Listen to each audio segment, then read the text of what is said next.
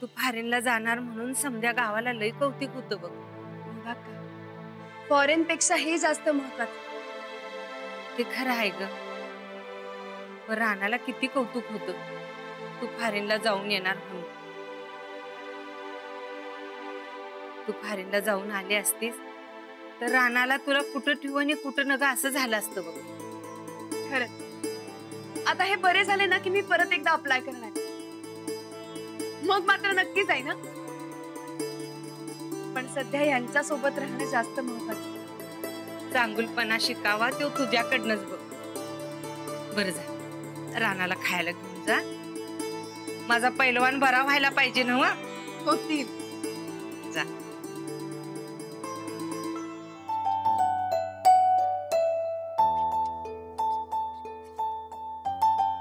अंजली बाई,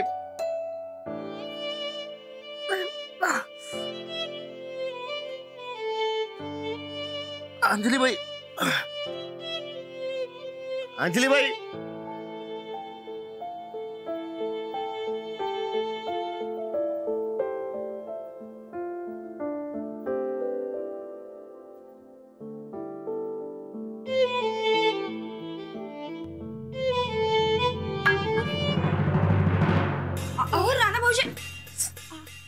काय झालं? कशा पायी धडपड करतायसा तुम्ही एवढी? तुम्हाला काय पाहिजे असेल तर आम्हाला सांगत जावा. काय पाहिजे? पाणी.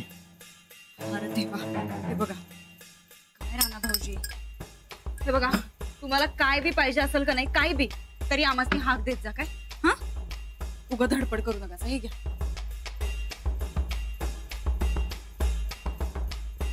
घ्या. अंजली बाई कुठे? अंजली बाई भाई ते त्या दिवाळ सणाच्या गप्पा हाणत बसल्या असत्याल बघा. जाऊबाई, गोदाक्का, राधा. आता 3 बायका एक साथ झाल्या की त्यांच्या गप्पा काय लवकर संपत्यात भाई.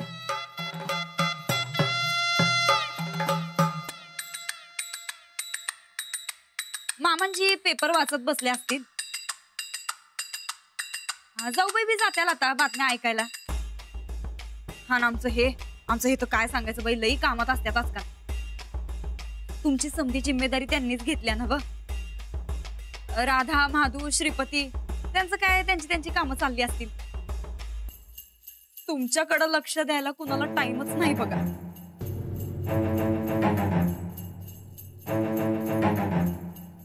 राणा भाऊजी, आजारी माणसाचं हे असं असतंय बघा. जवळ दवाखान्यात आहे का नाही तवर समधी माणसं आजूबाजूला असतात. एकदा का दवाखान्यात घरी आणलं की असं कोपऱ्यात टाकून दिल्यासारखं करतात बघा. दवाखान्यातली काळजी घरी आणली की गायब होती आणि समधे आपल्या आपल्या कामात बिझी होत्यात. आजारी माणूस म्हणजे बिनकामाचं वज असं वाटतंय बघा समध्यासनी.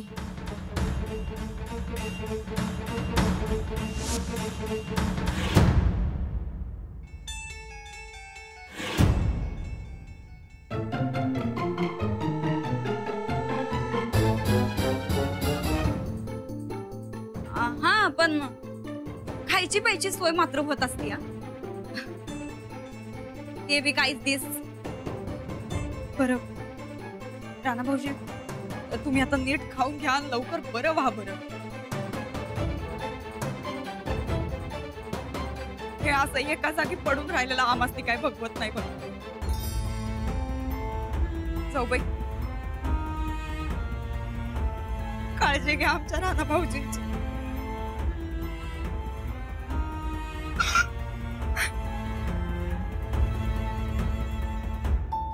तुम्हाला काही हवं असेल तेव्हा मला हाक मारत जा. मारली की हाक? एकदा ना दोनदा मारली. हो का? मी किचन मध्ये होते ना म्हणून ऐकायला आलं नसेल. हाक मारून बी काय उपयोग नाही म्हणायचं. नाही, यापुढे मी काम करताना तुमच्या आवाजाकडे व्यवस्थित लक्ष देऊन मग काम करेन. आणि तुम्ही जरा मोठ्यानं हाक मारत जा म्हणजे ऐकू येईल. नको, माझ्यामुळे तुमच्या कामात खोळंबा नको. खोळंबा कसला यार? हो, आता तुम्ही कामात लक्ष देणार, माझ्या आवाजाकडे लक्ष देणार. बरं ठीक आहे, मग तुम्ही मला फोन करत जा, चालेल? किचन मध्ये रेंज येत नाही बघा. अहो 10 वेळा फोन केला की कुठं चुकून एकदा फोन लागतोय. हो, हेही खरं आहे. मग आपण एक काम करू, आपण काहीतरी उपाय नक्की काढू. पण हो, तोवर तुम्ही स्वतः काही घ्यायला जाऊ नका. त्यांनी तुम्हाला लवकर बरं वाटणार नाही. लवकर बरं व्हायचं ना तुम्हाला. व्हायलाच पाहिजे. तर आजारी माणसांचा कटा येतो घरातल्या माणसांना.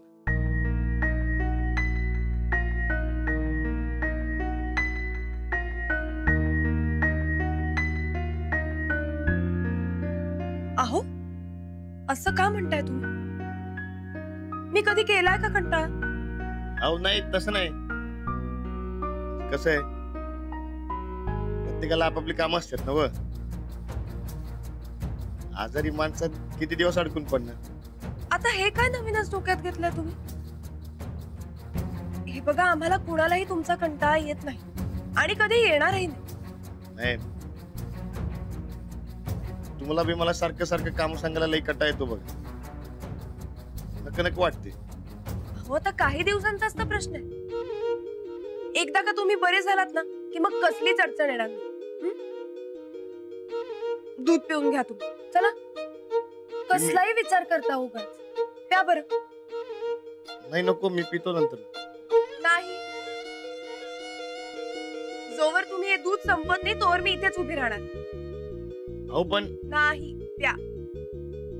अंजली, अंजली, हा बा, आले. चला, लवकर दूध पिऊन घ्या आणि हा सगळा खुराकही संपवा. तोवर मी पटकन जाऊन येते. हा,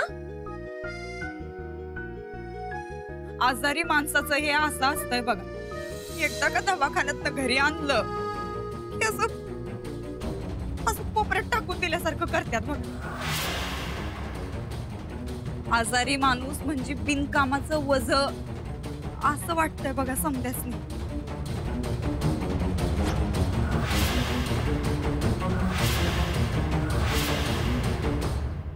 तुम्हाला सांगतो साहेब, अंजली बाईंसारख्या हुशार शिक्षिका पुन्हा होणे नाही. अहो, त्या हुशार आणि जबाबदार आहेत म्हणून तर त्यांची परदेशात निवड झाली ना. काय तर. आहे तर आमच्या सुनबाई हुशार. हो हो, अहो म्हणूनच तर आपल्या शाळेच्या मुख्याध्यापिका होण्यासाठी त्या योग्य आहेत. आपण त्यांना मुख्याध्यापिका करून टाकू. आणि तुम्ही म्हणत असाल तर मी माझी बदली तालुक्याच्या शाळेत करून घेतो. महाजन सर, अहो आधी रानाचे असं झालं. आधी त्यांची कामं वाढली, त्याच्यात ही मुख्याध्यापकाची जबाबदारी नका वाढू. हा बा. अरे नमस्कार सर. नमस्कार नमस्कार अंजलीबाई. हो, आता तुमची स्तुती करीत होतो साहेबांकडे. राणा जागा झाला का? हो, केव्हाच. नाश्ता झाला? आता करताय. तुम्ही हाक मारलीत म्हणून मी खाली आले. ते महाजन सर आलेत म्हणून हाक मार. हा, म्हणजे तुमची 2 महिन्याची रजा आहे हे मला माहित आहे. आणि तुम्ही जर्मनीला जाणार होता म्हटल्यावर मीच तपासणार होतो तुमचे पेपर. पण आता तुमचं जायचं रद्द झालंय म्हणून ठीक आहे. आणि दुसरं कसं आहे, तुम्ही विद्यार्थ्यांच्या लाडक्या, त्यामुळे प्रत्येक विद्यार्थ्याला वाटतं की आपले पेपर्स अंजलीबाईने तपासावेत. म्हणून चालेल ना? हो चालेल. मला खात्रीच होती तुम्ही आपली जबाबदारी कधीही टाळणार नाही. आणि म्हणून आपल्या शाळेच्या मुख्याध्यापिका फक्त आणि फक्त तुम्हीच व्हायला पाहिजे. काय साहेब? नाही नाही, आता ते शक्य नाही. हो हो, तेही खरंच म्हणा. असो, पेपर्स तपासून वेळेत द्या. आणि काही करायची गरज नाही, एक फक्त फोन करा, मी लगेच न्यायला येतो. येऊ साहेब? या. एवढं या.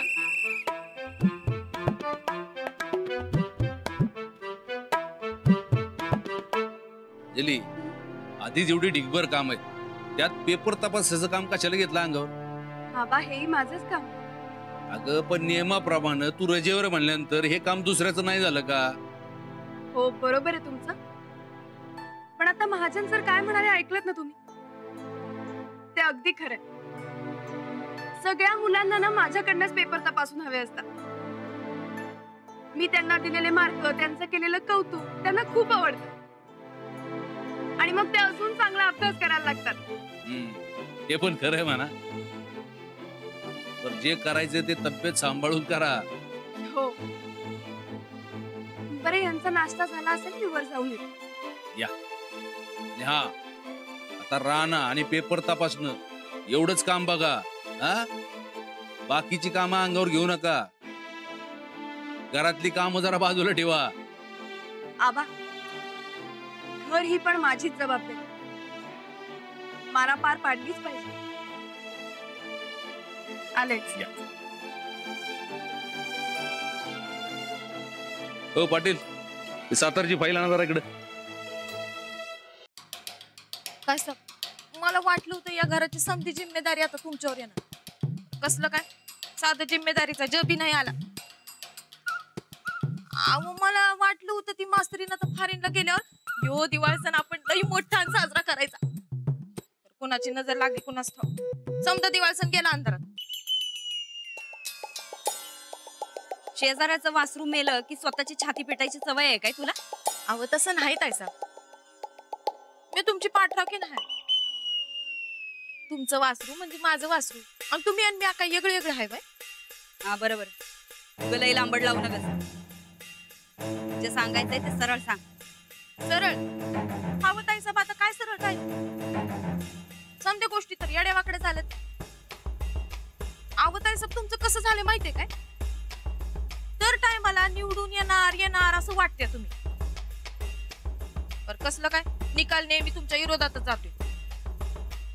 नुसते विरोधातच नाही तर ते काय म्हणते डिपॉझिट बी जप्त होते. तुम्हाला हारून हारून कटा आला नाही का चंदे? अहो ताईसाहेब, म्हणजे राजकारण तुमच्या रक्तात असून किती दिवस तुम्ही असं विरोधकाच्या खुर्चीत बसता? मला तर लई कटा आलाय बघा. जे आमासनी दिसतंय ते तुला दिसणं झालंय म्हणून तुला कटाळा आला. पण या घरात आमची सत्ता येणार म्हणजे येणार. कधी येणार जरा सांगा कीच का तुम्ही? त्या दोघांमध्ये फूट पाडू. एकदा का त्या दोघांमध्ये फूट पडली का नाही चंदे, हा, हे आमचं समद काम सोपं झालं म्हणून समज बघ. आणि ते दोघात फूट कशी पाडायची? फॉल्टी डोसक ते फॉल्टीच डोसक आहे बघ तुझं चंदे. कसं असतंय, आयुष्यभर काम करणाऱ्याला 30 रात एका जागेला बसवलं का नाही की त्याचं डोसकं भिरभिरतंय. तसंच त्या ठोकळ्याचं बी डोसकं भिरभिरलंय. त्याची समधी काम तर ती मास्तरडी करायला. तू बिनकामाचा नवरा आहे हे त्या ठोकळ्याच्या लक्षात आणून द्यायचं. आणि त्या मास्तरडीचा जास्तीचा शांतपणा ठोकळ्याला जरा समजून सांगितलं का नाही, दोघांमध्ये फूट पडली म्हणून समज. होय, रानाताला असं बसून खायची कधी बी सवय नाही बघा. तेच तर, तू आयत गप्पू माणूस आहेस हे त्याच्या लक्षात आणून दिलं का नाही की मग बघ त्याचा पत्त्याचा बंगला कसा ढासळतोय ते. आणि एकदा का त्यांचा बंगला ढासळला तुमचा गड उभा राहिलाच म्हणून समजा. राहणार चंदे, गड तर उभा राहणारच. किंवा रिकाम टेकडा आमच्या तावडीत सापडू दे ग, मग बघ या नंदिताची कमाल.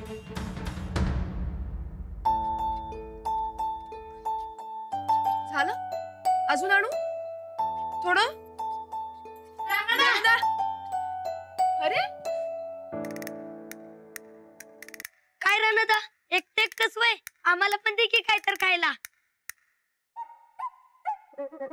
आवऱ्या गप बस, दिवाळीत काय खाल्ला नाहीस काय? काय अजून भूक लागल्या तुला?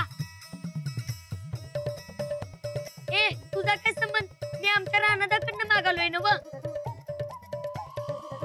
मग तुझ्या का पोटात दुखालय? मग तू माझा बस आता जरा शांत बस. रानदा आम्ही तुझ्यासाठी बुके आणलाय. ह्यो घे आणि लवकर बरा हो काय. हे धर. अरे वा. अरे रानदा, अरे आमच्या गायला कालवड झाल्या माहिती काय तुला? अरे कुणी सांगितलं नाही बे तुला? त्याला कसं कळणार? तू घरात करवस खात बस, मग त्याला कोण सांगायला येणार? रानदाला कळत नाही. अरे गावात काय होतं ते सगळं माहित असते बघ रानदाला. आता तो गावात फिरतोय वे. आता त्याचा पाय बरा होस्तोवर त्याला गावातल्या खबरा बी कळणार नाही. अरे आपण कशाला आपण रानदासाठी सुरू करूया की आपल्या रोजच्या बातम्या. काय रानदा नुसता मुंडीच का हलवालायस? काय तर बोल की तोंडानं. होय बोल की. जावा घरला जाऊन अभ्यास करा. ए दिवाळीच्या सुट्टीत आम्हाला अभ्यास करायला लावणार वय तू? वय ते काय नाही, आता सगळ्या गावातल्या खबरा आम्ही तुला येऊन सांगणार म्हणजे सांगणारच. आता वय म्हण बाईला तू. वय वय वय म्हण. चालते. पण आता बातम्या सांगायच्या म्हणून उगाच गावभर हिंडत बसू नका म्हणजे झालं. नाही वहिनी, एक तासभरच फिरणार तेवढ्यात कळतात की बातम्या. आणि उद्यापासून समद्यांनी देवळात भेटायचं काय. मग मला कसं करणार तुम्ही सगळी जमलासा ते? आम्ही येतो की तुला बोलवायला. नको बाबा, काल अभ्यास केले म्हणून आईला लय मारल्या. आणि तुम्ही आलास तर आणि परत मारल आणि घरात सोडणार पण नाही. मी एक काम करतो, आम्ही सगळी देवळासमोर पोहोचलो की मोठ्यानं घंटा वाजवतो बघ. मग त्या घंटाच्या आवाजानं तुला कळणार आम्ही पोचलेलं आणि मग तू येणारच की.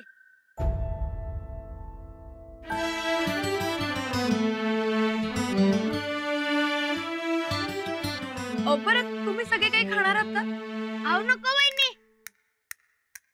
वहिनी मला द्या बघा. ए हावऱ्या, अंगाला लागते काय खाऊन एवढं सुद्धा? ए तू खाऊन किती सुटालायस ते पहिला बघ. मला सांगालाय. ए गप बस. ए मी माझ्या रानादाचं खातोय, तुझ्या पोटात दुखालय. सांग रानादा तूच त्याला आता. ए रानादाला काय सांगू नकोस रे. बस करा. हे बघा, ज्याला खायचं त्याने खावा, ज्याला नकोय त्यांना नका खाऊ. हा थांबा जरा आणते.